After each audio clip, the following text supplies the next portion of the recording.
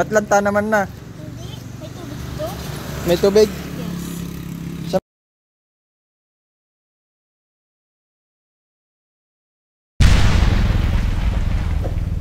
May boy. Ano yan, boy? Ba't lanta naman na? Hindi. May tubig to? May tubig? Yes. Saan mo kinuha? Secret! Ay, secret para masaya. Yes. Oh, magkano naman yan? 510, 550. May napagbentahan ka na? Yes. May tatay siya. Oh, gano'ng karami yung 15? 20? Yung 15? Gano'ng karami? 15? Gaganto. Saan? Gaganto. Ay, maliit yan pag nag-isa. Mahal naman ng kangkong mo. No! It's business. Ah, business. Ay, saan ka susunod magbebenta? Kay Tita Dsen. Oh, sige. Laga ka.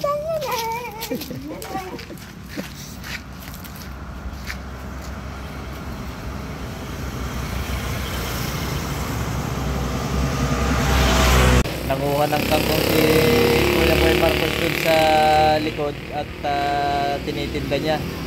So, tuwang-tuwa si Kuya Boy nung nakapagbenta siya. Ayun, nandito siya. Boy! Oh. Sino nabentan mo? Una, si Nanay Shai. Oh. Sunod, si Tita G. Lastly, si Nanabe. Oh. Nakamagkano ka na lahat? Ilan na yan?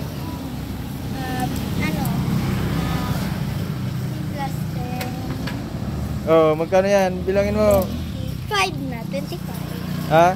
25 na. Marunong ka magsukli. Okay. Oh, 1 minus 1.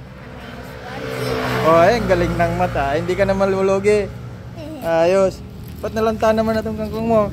Kasi kulang siya sa tubig ngayon. Ano ginagawa mo? Time of the drought pa.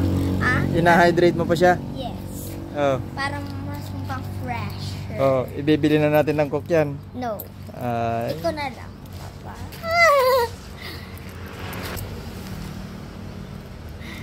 Marunong na maghanap buhay si Kuya Boy ah. Very good, very good. Basta- Young entrepreneur. Young entrepreneur. Okay? Kung saan-saan din ako magtitinda. Tapos kahit malubog o malalim, magkukuha pa rin ako kangkong para sa perang ganito.